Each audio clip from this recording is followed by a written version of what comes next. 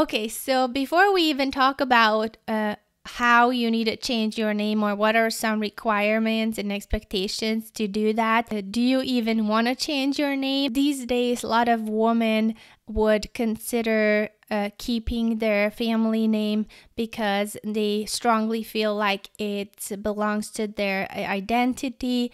They really love their name and they don't feel like just because they are the woman in a relationship that they should be giving up on their name. Sometimes if you are in a multicultural relationship, maybe you even have different reasons for wanting to keep your name, or if you are working in some type of profession that requires to keep your name. Changing names can also sometimes be expensive. Maybe you don't like his name, so you don't want to have his name. It's maybe difficult to spell it, difficult to write it, difficult to sign with. Or maybe your husband wants to take your name, so that's the route that you guys want to go with. If you are in a same-sex marriage, then it's something that the both of you will have to figure it out and decide on. And then there is another side of women who do believe that they should be taking their husband's name and their family name, and it's very important for them. It's a tradition. You just kind of assume, your family assumes that you will take your husband's name. That's how it was for me back then. 10 years ago, there weren't many feminist activities and women speaking up to what their rights are and that they don't want to feel that they've been owned by their husband. For me, it was just something obvious, especially to have a same name for our whole family. It was a decision that I didn't really think about, because nowadays women really have this great opportunity to think about it and make this decision. I heard from a couple of people saying about their friends who are not taking their husband's name that they're probably not that committed to their marriage and they don't love their husband that much. I think that's really a personal decision, and we really need to stop just assuming and labeling people and thinking that just because somebody makes a different decision for any reason, they're not going to be a good wife, or they don't value the marriage, and that they don't want to feel as united with their husband. So like I mentioned already, one of the conveniences about having a same family name for your whole family is that it makes it easier for paperwork, or maybe for traveling, or you just love your husband's, your fiance's name so much that you just want to have that and you can't wait to finally own that name. Maybe you don't feel too much attached to your family name as your maiden name because maybe you didn't have a good relationship with your father, or with your parent who gave you that name. For you, it's easy to just switch your name and start this fresh and new relationship, this fresh life, and this new community, especially those who were married before. So if this is not your first marriage and you have changed your name already before, and no matter how strongly you feel about keeping your own identity and you don't want to be owned by your husband, you really have to respect and consider how your fiance feels about this. Most men would feel like you are not fully committed to this relationship. Maybe you're thinking about getting a divorce later, so you don't want to change your name. His family is pressuring him a lot because it's a tradition. This is happening with us because we need to change our name, but it's also affecting our partner, and we want to make sure that we start this marriage in the right way where both of you feel like you are appreciated. Or you're a type of woman who thinks that I'm getting married and that doesn't mean that I'm changing who I am, and that's why I'm not even changing my name. We're so lucky in this day and age because we can basically change our name to anything we want. At least that's how it is in the States here. You can combine your name, so put the two together as one name. You can hyphenate. I think I'm saying that right. That's when you put both of your family names by each other with the hyphens. And then you can also just make up your own, just something completely different or some mixture of your names. At the end, when you're getting married, to make sure that you feel really good about your decision, regardless of what other people are saying, because it's your name. You have to live with it for the rest of your life. So now let's talk about changing your name in other countries, or just in general if you are from a specific culture or ethnicity. I'm going to start with Hungary because that's where I am from. It used to be that the wife would take her husband's full name, so not just a family name, but his total name, and then at the end she would attach a suffix ne. It means his wife or his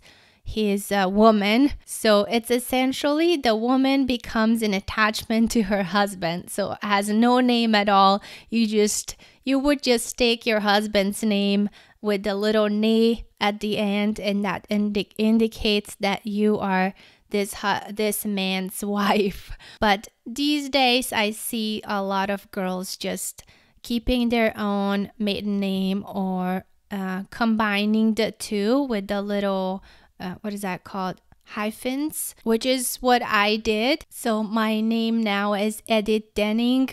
In Hungary it would be Denning Edith, but since I don't have a middle name, and here in America that's everybody has a middle name, for me it was just kind of obvious that I would just put my maiden name in the middle and that way I can keep my maiden name, I can have a middle name, and I can also take my husband's name. When I moved here and I was applying for my green card, it was very important for us to have all of this paperwork ready. I think it would have been a kind of a red flag if I keep my maiden name and I just want to get married. During my immigration process, they would think that I wonder if she's keeping her maiden name because she wants to get a divorce after that. I love that I kept my maiden name in the middle.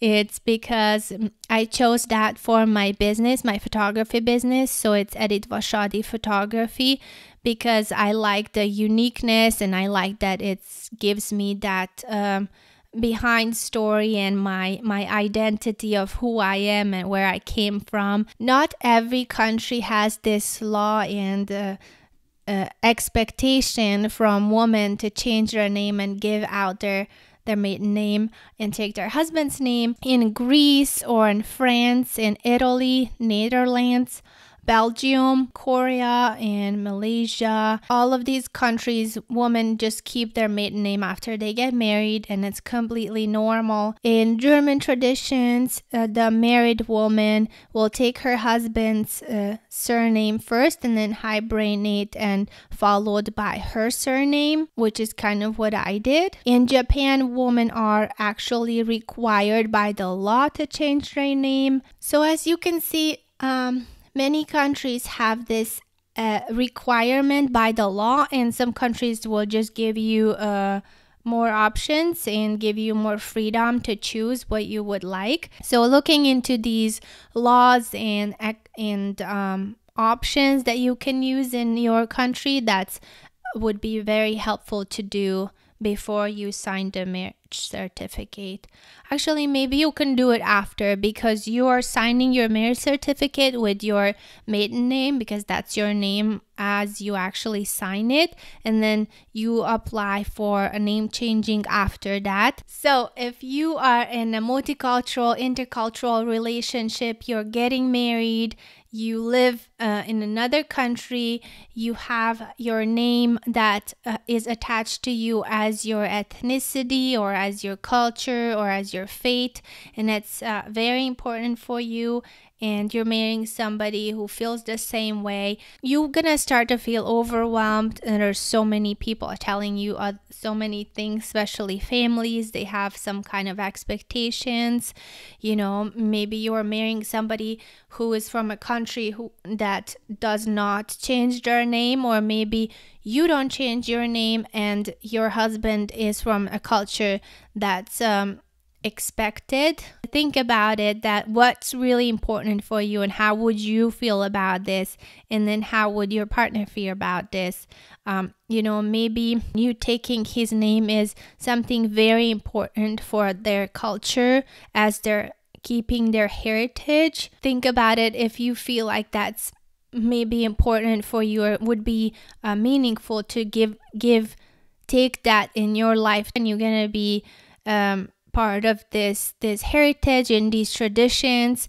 And if you feel like that's something that excites you and something that you want to be part of, then maybe that's would be a right decision for you. Or if you change your name and you are worried that you're gonna get some type of stereotypes, you're gonna be identified by some other nationality or culture that you don't want to, would this really affect your life? And I think it's really based on where you live. I don't know anybody and I don't have really experiences on this, but I know that there are a lot of areas in the country, in America and also in the world, where if you have name that's tied to a specific nationality or identify as some type of culture that you don't want to be identified for, or you just don't want to be made fun of, or don't want people to make these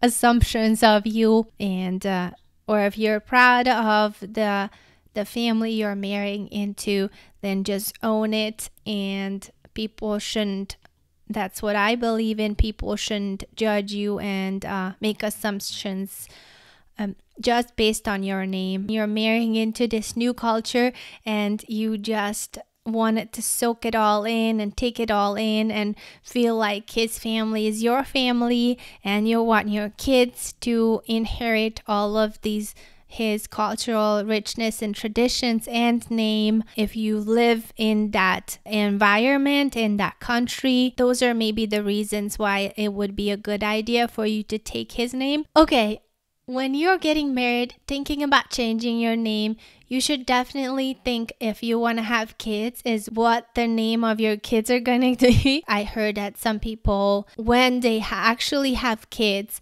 they just combine their names, so they mix them together and then they give that to their kids, and they also change their own names. Okay, the last thing I wanted to talk about is how do you actually do the name changing process. When you get married, you have to sign your marriage certificate with your maiden name, and then after that you can start the name changing process. You can also practice signing your new name. I used to sign it as Whatcha the Edit, and now I'm signing Edith Denning, so like I even had to switch the order of my name. And so you have to change it for social security if you live in America, your ID, your passport, which is very important if you're traveling. Maybe you need some immigration documents, green card. You're gonna have to change it in your bank card, credit card, all of your bills like utility, phone, insurance, mortgage, car payment, school or work, or at the doctor's office, your licenses, tax papers, voter registration. Also, don't forget about emails if you want to get a new email, all of the subscriptions that you have, and don't forget about social media, Facebook, and all of that good stuff. The easiest thing to do is to just change your name on Facebook and get all the congratulations. So we came to the end of this episode. Thank you so much for watching it all the way to the end. If you want to check out some of my notes that I took about this topic, or if you want to listen the full version of this podcast episode, you can go to my blog and check out my show notes, and all the links that I mentioned, you can find them at editwashadi.com/15, because This is episode 15. Have a great day or night wherever you are in the world, and talk to you next time. Bye, guys.